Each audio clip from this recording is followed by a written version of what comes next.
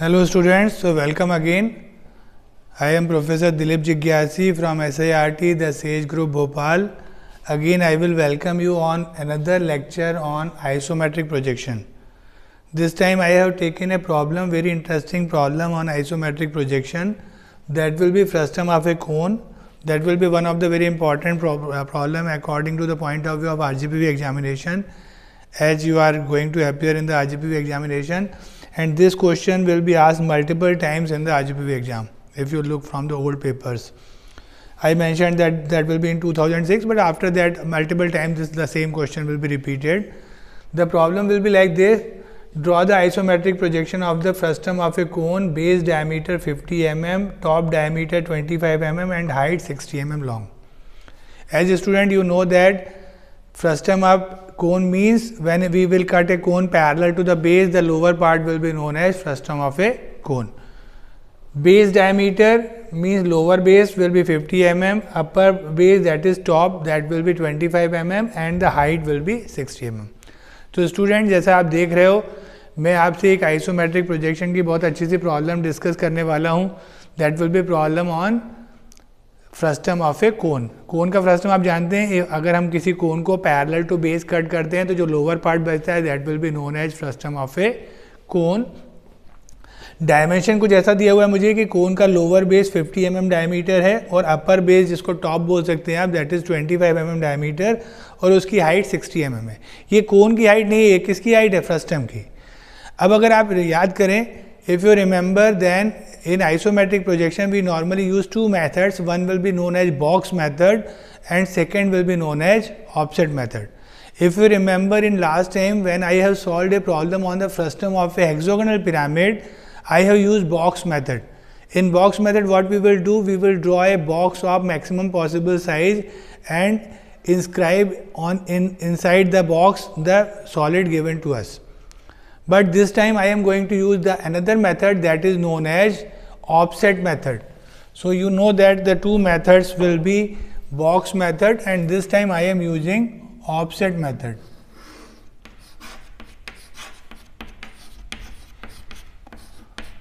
तो आजकल आपको आइडिया है कि कई बार एग्जाम में शॉर्ट में क्वेश्चंस भी आते हैं, शॉर्ट आंसर क्वेश्चन या लास्ट क्वेश्चन जो आप देखते हैं उसमें शॉर्ट नोट्स रहते हैं. तो कई बार ऐसा क्वेश्चन आ सकता है कि what are the different methods use for construction और ड्राइंग ऑफ आइसोमेट्रिक. तो आइसोमेट्रिक के दो मेथड हैं, one will be box method, second will be offset. आप उसको डिस्क्राइब कर सकते हैं, कुछ फिगर बना के आ सकते हैं. अभी मैं डायरेक्टली आपको ऑफसेट मेथड सिखाने वाला हूँ. जैसे as you know that the lower base of the cone will be 50 mm diameter. तो सर्किल है, सर्किल को आप जानते हैं, circle will be inscribed inside a square. और स्क्वायर का आइसोमेट्रिक क्या होता है? एक रोम्बस होता है. और जब मेरा कोन कैसे रखा हुआ है, बेस कहाँ रखा हुआ है? ग्राउंड पे. तो बेस अगर ग्राउंड पे है तो आपको आइडिया है कि हम कौन सी एक्सिस यूज करते हैं आइसोमेट्रिक की? 30-30 वाली. So I have use this axis and I have drawn this rhombus of size 50 mm. तो सबसे पहले मैंने 50 mm का एक रोम्बस बना दिया 30-30 एक्सिस लेते हुए. ये मेरे कोन का फ्रस्टम ऑफ कोन का लोअर पार्ट है. अब देखिए, मैं ऑफसेटिंग आपको समझाना चाहता हूँ. What is the meaning of offsetting. मैं इस बार बॉक्स नहीं बना रहा हूँ, instead of box I am using offset method. तो मैंने क्या किया, इस रोम्बस का मिड पॉइंट लिया और यहाँ से 60 ऊपर गया मैं, सेंटर टू सेंटर. जब सेंटर टू सेंटर में ऊपर जाता हूँ तो मुझे क्या मिल जाता है? ऊपर वाले रोम्बस का सेंटर. आप जानते हैं इसका अपर बेस 25 का डायमीटर है. 25 डायमीटर का सर्कल मतलब 25 साइड का रोम्बस बनेगा. अब मुझे इस पॉइंट के अलोंग एक रोम्बस बनाना है. इसी मेथड को बोलते हैं ऑफसेटिंग. तो देखिए, अब रोम्बस कैसे बनाते हैं, इस पॉइंट से आप एक लाइन ड्रॉ करिए 30 पे और दूसरी लाइन 30 पे. ये पॉइंट है, यहाँ से यहाँ तक का डिस्टेंस जो है दैट इज 60 mm लिया है मैंने. समझिएगा ध्यान से. तो आपको सेंटर मार्क करना है, सेंटर टू सेंटर स्विच होना है. तो अगर मैं यहाँ पे आपको मार्क करके दिखाऊं तो this centre to centre distance will be, ये मैंने कितना लिया है? 60 mm. तो समझ पा रहे हैं आप, नीचे वाले रोम्बस के सेंटर से आप परपेंडिकुलर ऊपर जाएंगे और ये सारे पॉइंट एक लाइन में आएंगे रोम्बस के चारों पॉइंट. अगर ये नहीं आ रहे मतलब आप कुछ गलत बना रहे. ठीक, ऐसे ये साइज मैंने क्या ली है, मैंने आपको पहले ही बताया, तो मैं चलिए पहले ही डायमेंशन करना भी स्टार्ट कर देता हूँ। This is 50 mm। आइसोमेट्रिक में आप जानते हैं अपन इंक्लाइन जाके डायमेंशन करते हैं। This is 50 mm, this is also 50 mm।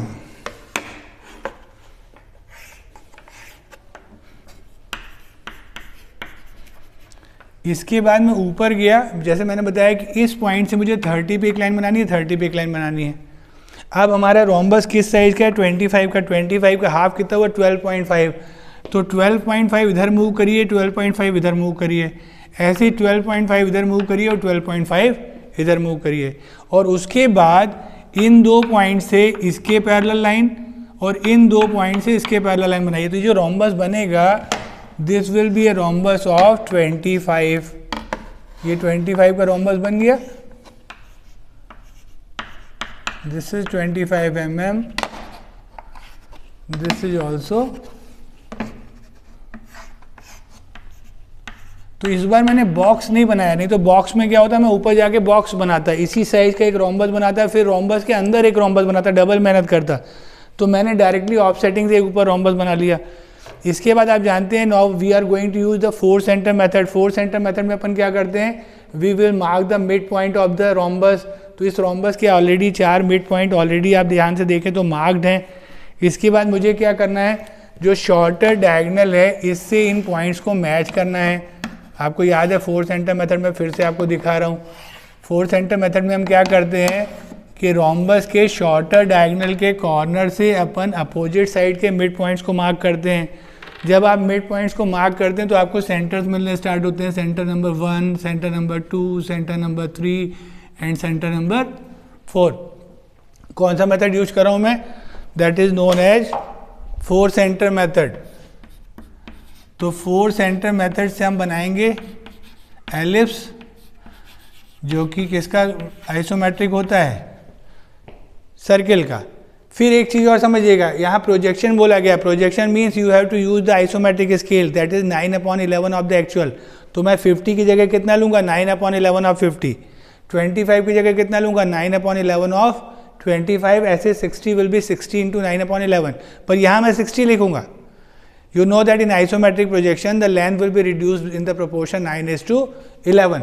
अब मैं यहाँ 4 सेंटर मेथड अप्लाई करूँ, बड़ा आसान सा मेथड है, आपने सीखा हुआ है। ये जो सेंटर से इनको मैं सेंटर को यूज करूँगा और आर्क लगाऊंगा, कंपास से ही करना है। देखिए ये एक बड़ा सा पैच बन जाएगा। ऐसे अप साइड से आऊँगा तो ये एक पैच बनेगा। देन थर्ड पैच, इस वाले सेंटर को यूज करिएगा, फ्री हैंड कुछ भी नहीं करना है आपको। सेंटर को यूज करिए और कंपास को यूज करिए। समझ पा रहे हैं मेरी बात, डोंट यूज फ्री हैंड।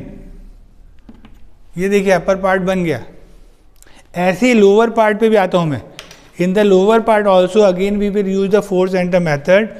तो मुझे रोम्बस के शॉर्टर डायगोनल के कॉर्नर को अपोजिट साइड के मिड पॉइंट से मैच करना है। फिर से ऑलरेडी मिड पॉइंट मैंने मार्क किए हुए हैं और उनसे मैं इनको मैच कर रहा हूँ। फिर से आप देखिए 4 सेंटर्स मिल जाएंगे आपको, centre number 1, centre number 2, centre number 3 and centre number 4। पीछे का सेंटर कुछ खास अभी काम आना नहीं है, मैं आगे के सेंटर से स्टार्ट करता हूँ। तो ये सेंटर यूज करूँगा और आगे का आर्क बनाऊँगा जो विजिबल है। ये इतना बड़ा पैच मिल जाएगा आपको। इसके बाद आप इसको सेंटर लेंगे और टेंजेंशियली इसको मूव करिए, पहले सॉरी आर्क से मूव करिए इधर से और ऐसे ही इधर से। पूरा मत बनाइए, अभी थोड़ा सा टर्न करिए, स्विच लीजिए और इसके बाद अपन देखेंगे कि ये कैसे अपन टेंजेंशियली ऊपर वाले से मैच कर सकते हैं। तो स्केल लीजिए और स्केल से टेंजेंशियली ज्वाइन करने की ट्राई करिए। तो देखिए कुछ इस तरीके से ज्वाइन हो रहा है, ऐसे यहाँ पे भी ऑलमोस्ट मुझे लगता है शेप दिखना स्टार्ट हो गया। लेकिन अब मैं पीछे का थोड़ा सा डॉटेड पार्ट भी बनाऊंगा। नॉर्मली मैं आपसे बोलता हूँ कि डॉटेड मत बनाइए, बट समटाइम्स मुझे लगता है कि डॉटेड बनाना अच्छा होता है। तो इसको सेंटर लेके ये डॉटेड लाइन बनाऊंगा। ऐसे ही ये छोटा सा पार्ट जो बचा हुआ था ये भी डॉटेड से मैच होगा, इधर भी